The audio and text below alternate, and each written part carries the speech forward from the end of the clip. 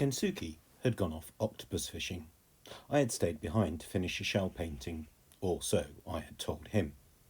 I found an old sheet at the bottom of one of his chests and tore away a small corner of it.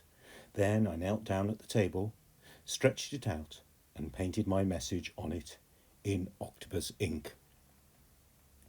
To the Peggy Sue, Fareham, England. Dear Mum and Dad, I am alive, I am well, I live on an island. I do not know where. Come and find me. Love, Michael. I waited until it was dry and then rolled it up, dug my Coke bottle out of the sand, slipped in my message and screwed the bottle up tight. I made sure Kensuke was still intent on fishing and set off.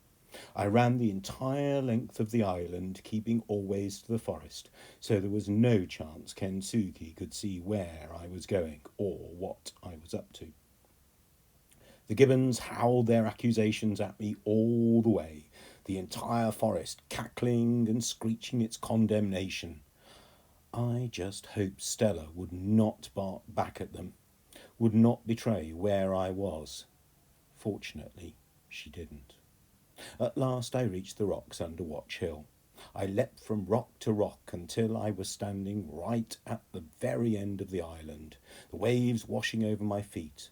I looked round me. Stella was the only witness. I hurled the bottle as far out to sea as I possibly could. Then I stood and watched it as it bobbed away and out to sea. It was on its way. I didn't touch my fish soup that night. Kensuke thought I was ill. I could hardly talk to him. I couldn't look him in the eye. I lay all night in deep torment, racked by my guilt. At the same time, still hoping against hope that my bottle would be picked up.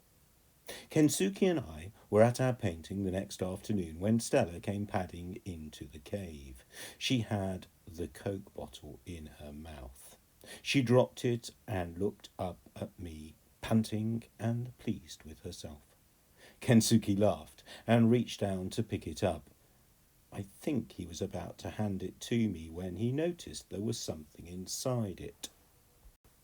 By the way he looked at me, I was quite sure he knew at once what it was.